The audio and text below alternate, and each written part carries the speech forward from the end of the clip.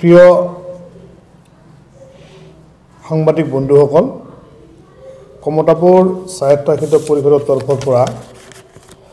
আজি আমি greater Bongaigaon press ক্লাবত সংবাদমেল কাৰ্যসূচী আজি এই কাৰ্যসূচীত উপস্থিত আছে আমাৰ কমতাপুৰ স্বায়ত্তশাসিত পৰিষদৰ চেয়াৰমেন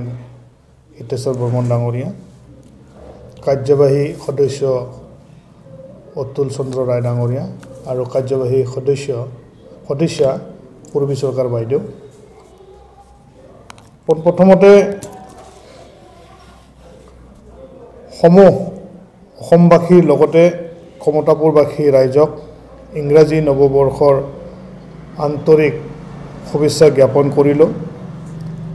নৱবৰ্ষই সকলোৰে বাবে কঢ়িয়াই আনক সুখ শান্তি আৰু সমৃদ্ধি। আজিৰ এই সংবাদমেলৰ জৰিয়তে আমি বিশেষভাৱে আমাৰ কমতাপুৰ স্বায়ত্তশাসিত পৰিষদৰ সদস্যৰ বৈঠকত আমি কেইবাটাও গুৰুত্বপূৰ্ণ সিদ্ধান্ত আমি হাতত লৈছিলোঁ আৰু সেই সিদ্ধান্ত অনুসৰি কমতাপুৰ স্বায়ত্তশাসিত পৰিষদৰ উদ্যোগত আমাৰ কমতাপুৰ স্বায়ত্তশাসিত পৰিষদৰ উত্তৰ চালমাৰাস্থিত সচিবালয়ত আমি 23তম শ্বহীদ দিৱস উদযাপন কৰাৰ কাৰণে আমি সিদ্ধান্ত গ্ৰহণ কৰিছোঁ আৰু উক্ত দিনাখনেই কমতাপুৰ আৰু জনজাতিকৰণৰ দাবীত প্ৰাণ আহুতি দিয়া শ্বহীদসকলৰ প্ৰতি সন্মান জনাই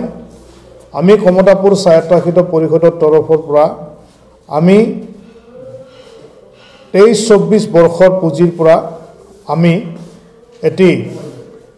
উত্তৰ চালমাৰাস্থিত সচিবালয় প্ৰাংগণত শ্বহীদ ভৱন নিৰ্মাণ কৰাৰ কাৰণে আমি এটা সিদ্ধান্ত গ্ৰহণ কৰিছোঁ আৰু সেইদিনাখনেই শ্বহীদ দিৱসৰ দিনটোৰ দিনাখনেই আমি শ্বহীদসকলক শ্ৰদ্ধা জনাই আমি শ্বহীদসকলৰ প্ৰতি আমি শ্ৰদ্ধাঞ্জলি জনাই আমি শ্বহীদ ভৱনৰ আধাৰশিলাৰ কাৰ্যসূচী আমি ৰূপায়ণ কৰিম। গতিকে এই অহা 7 জানুৱাৰী তাৰিখে আমি আমাৰ কমতাপুৰ স্বায়ত্তশাসিত পৰিষদৰ সচিবালয় প্ৰাংগণত আমি শ্বহীদ দিৱস উদযাপনৰ কাৰ্যসূচী হাতত লৈছোঁ। উক্ত কাৰ্যসূচীত সকলো দল সংগঠনৰ লগতে শ্বহীদ পৰিয়ালৰ লগতে আৰু বিভিন্ন দল সংগঠনৰ প্ৰাক্তন সতীৰ্থবৃন্দসকলৰ লগতে বৰ্তমান দল সংগঠনৰ সমূহ বিষয়ববীয়াসকলক আমি আমাৰ 23তম শ্বহীদ দিৱসৰ উক্ত কাৰ্যসূচীত আমি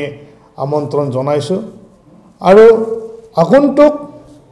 যি 504তম বিশ্ব মহাবীৰ চিলাৰায় দিৱস 24 ফেব্ৰুৱাৰী তাৰিখে যি অনুষ্ঠিত কৰা হ'ব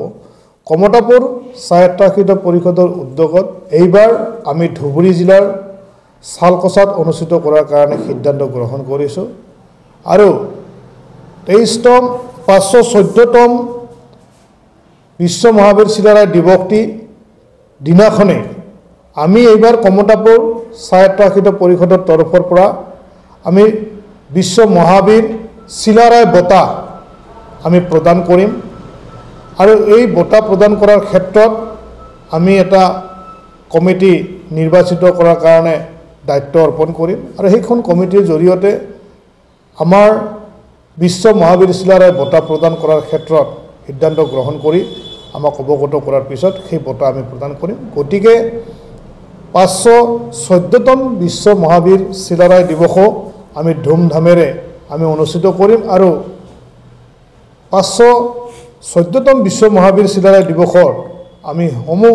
ৰাইজৰ সহায় সহযোগিতা তথা উপস্থিতি আমি আন্তৰিকতাৰে কামনা কৰিম আৰু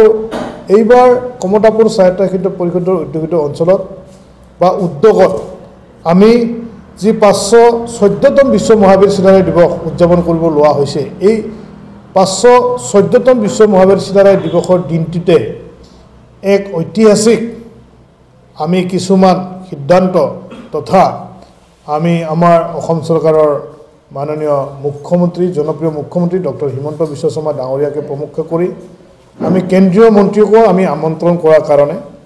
আমি আলোচনা বিলোচনা কৰিছোঁ গতিকে আশা কৰোঁ যে 514তম বিশ্ব মহাবীৰ চিলাৰায় দিৱসটিও আমি ধুমধামেৰে আমি অনুষ্ঠিত কৰিব পাৰিম আৰু যেহেতুকে গণতন্ত্ৰ দিৱস 26 জানুৱাৰী এই 26 জানুৱাৰীও আমাৰ কমতাপুৰ স্বায়ত্তশাসিত পৰিষদৰ সচিবালয়ত আমি 26 জানুৱাৰী দিৱস পালন কৰাৰ ক্ষেত্ৰত আমি সিদ্ধান্ত গ্ৰহণ কৰিছোঁ গতিকে মূলতঃ আমি এই তিনিটা কাৰ্যসূচী আমাৰ কমতাপুৰ স্বায়ত্তশাসিত পৰিষদৰ তৰফৰ পৰা আমি হাতত লোৱা হৈছে আৰু কমতাপুৰ স্বায়ত্তশাসিত পৰিষদৰ 23-24 বৰ্ষৰ পুঁজিত ইতিমধ্যে আমাৰ কমতাপুৰ স্বায়ত্তশাসিত পৰিষদৰ কাৰ্যবাহী সদস্যসকল আৰু সাধাৰণ সদস্যসকলে বিভিন্ন উন্নয়নমূলক জিলাই জিলাই আঁচনি হাতত লোৱা হৈছে ইতিমধ্যে আপোনালোকে সকলোৱে জানে যে আমাৰ আগন্তুক বৰ্ষত কমতাপুৰ স্বায়ত্তশাসিত পৰিষদৰ পুঁজিৰ পৰা আমি উত্তৰ চালমাৰা স্থিত কোনোবা এটা অঞ্চলত আমাৰ কমতাপুৰ স্বায়ত্তশাসিত পৰিষদৰ তৰফৰ পৰা 1 কোটি টকাৰে আমাৰ এটি কমতাপুৰ গেছ হাউচ নিৰ্মাণ কৰাৰ কথা আমি ইতিমধ্যে আমাৰ এইবাৰ